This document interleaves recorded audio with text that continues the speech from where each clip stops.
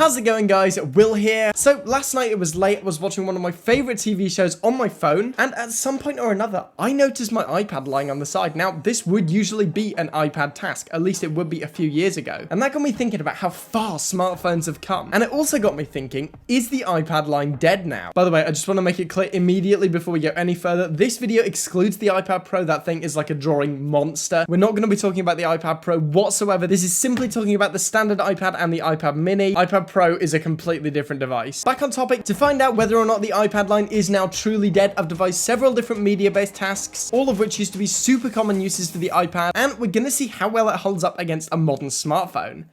Let's go. So first of all, we're going to be talking about specs. Now, when it comes to specs, it's really no competition between these two particular devices, especially seeing as this is an iPad mini generation 2 and this is an iPhone 10. In terms of the actual specs, we're going to be looking at the iPhone 11, the non-Pro version, seeing as we're using a standard iPad, which has the A13 Bionic processor, 4GB of RAM, storage starting at 64GB, and it's rated by Apple, not this isn't independent testing, by Apple, for 17 hours of non-stream video playback. The newest iPad, however, features an A10 processor, 3GB of RAM, so 1GB less, and a base storage of 32GB of RAM with a battery life rating of 10 hours. And that one was independently tested. That one wasn't from Apple. I tried to find the iPhone 11 battery rating from the same source, but that site only tested tablets. Now we're going to be moving on to the test. So first of all, we have watching video. Now, traditionally, an iPad would be better for this, but in recent years, phone screens have got significantly better, most significantly bigger and brighter, so it's more of a competition nowadays. Phones will also have the option to stream from anywhere with signal, as you can use mobile data. However, most iPads, again, not all, some iPads have this feature, but most iPads don't have mobile data. What does this mean? Well, it means you have to be connected to Wi-Fi in order to stream video. That said, and despite all this, I have to give this round to the iPad. There's just something more enjoyable, at least for me, about watching something on a larger screen. But what about the brightness and the resolution of the smartphones? Well, my TV is 1080p and significantly dimmer than this phone, so in reality, it's not all that important. I'm not doing any color grading. Because of the bigger screen, eye strain is also reduced, and to me it seemed like the iPad was the obvious choice. Next, we have listening to music, and despite the headphone jack, this one easily goes to the phones. And the reason for this is simple: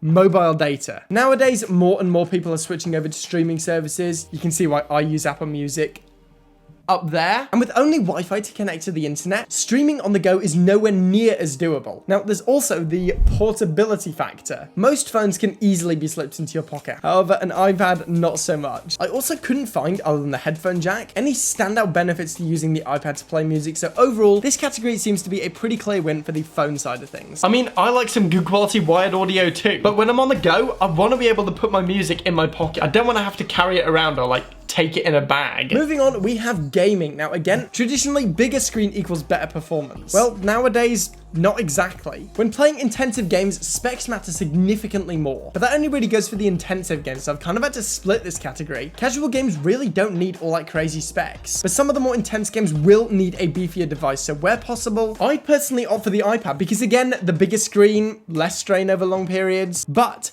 when it starts to lag, I would have to trade that screen for more performance because let's be honest, lagging really sucks. When it comes down to it, casual mobile games are significantly more popular than the intensive ones, but some people may want to play the more intensive games. I agree, main segment Will. My Pocket Camp can't be lagging. In this round, I'm not going to be awarding any points because realistically, the decision should be made with what games you play. Next up, we have reading, and to me, this seems like an obvious iPad choice, seeing as it's almost the same size as a Kindle or an actual book, whereas a phone, even with the big screens that we're getting on the newer models, still aren't all that big. For example, let's say we want to have a nice read of a book. Let's read these medical diaries. This is going to be a fun read. As we can see, the text is just a little bit too small. We can make it bigger, but then, yeah, it's not exactly a lot of text on a page. Whereas with the iPad, let's go ahead and open up the same book. Not the bookstore! There's just a lot more text per page. So we can just sit back, relax, and read about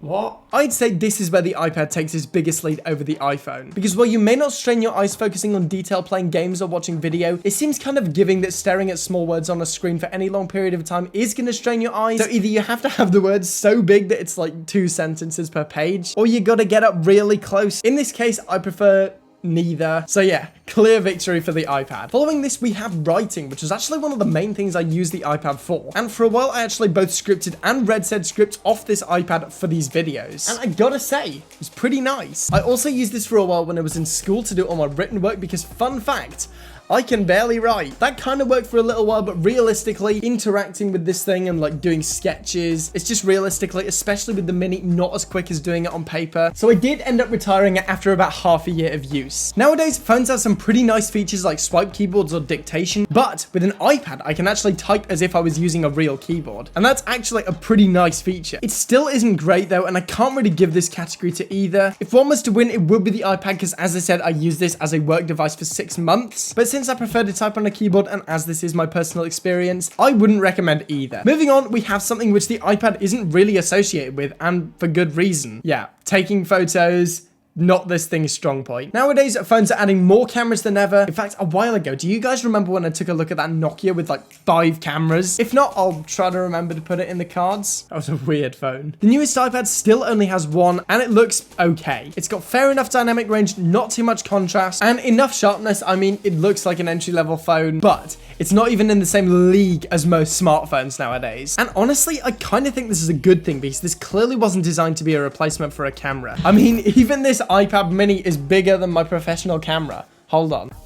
Whereas most smartphone companies are going after those casual photographers, and I've said it before, I'll gladly say it again, I haven't used a point and shoot in like 3 years. The iPad camera seems like it's here just in case. For example, quick holiday photo or FaceTime. All in all, I'm quite glad that Apple didn't spend too many resources improving this thing's camera, because it would just be unnecessary. Moving on though, we have editing photos. Now, earlier on this year, a lot of people actually switched to editing their photos on the iPad Pro, such as MKBHD, Peter McKinnon, and many more. Even I gave it a go on my humble iPad mini for about 10 minutes.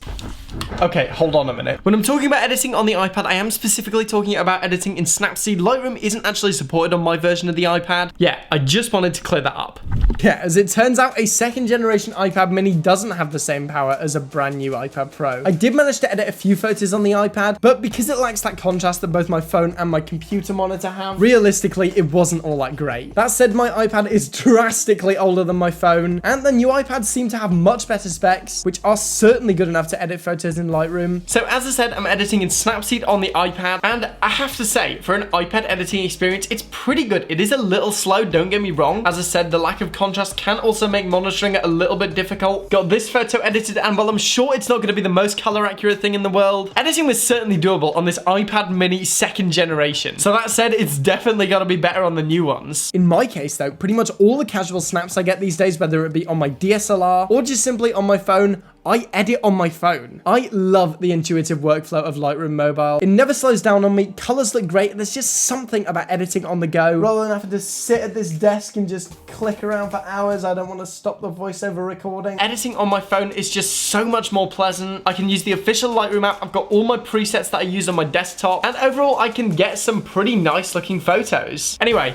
back to the main segment. It's definitely a more fun experience. Don't get me wrong, desktop Lightroom is still my program of choice for editing properly. It's got so many great tools. It's got the integration with the Creative Cloud. You can send photos over to Photoshop if you want to add a lot, and it's a lot more suited to a professional workflow. But just being able to quickly edit some photos in situations where I'd usually be browsing the web or listening to music is just so nice. Overall, as I said, nowadays the performance difference isn't that much, and the iPad Pro is certainly a fantastic device for editing photos, but in my personal workflow, I'd still have to go for the phone because it has that portability factor that, as I said, gives me a true mobile editing experience. Finally, we're going to be talking about convenience. Obviously, the phone's going to win this one. I mean, my phone fits in my pocket, and I struggle to fit this iPad mini into any other pocket but my back one, and unless you rock Jinko jeans, that's most likely the case for everyone. Clear victory for the phones here. Traditionally, iPads have more storage, bigger screens, and much better battery life, so they made the obvious choice for multimedia use. However, nowadays, companies are pushing for bigger screens, are putting more storage and improving the battery life in their phones. Even Apple, the makers of the iPad, are doing this with their Plus and Max models. Despite all this though, I still like to think that the iPad has its place in the consumer market. And while at the moment my iPad mini may just be a glorified camera monitor, I'm going to make an effort to change that, as the lack of constant connectivity may be a nice break, and despite the fact that it's going to be in a lower resolution, it's still a nice way to consume media. So if you have an old neglected iPad somewhere in your house, what I suggest doing is dusting it off, charging it up, and giving giving it a go. Anyway, guys, that's the end of the video for today. Thank you for watching. Remember to like the video if you want to see more content like this, and smash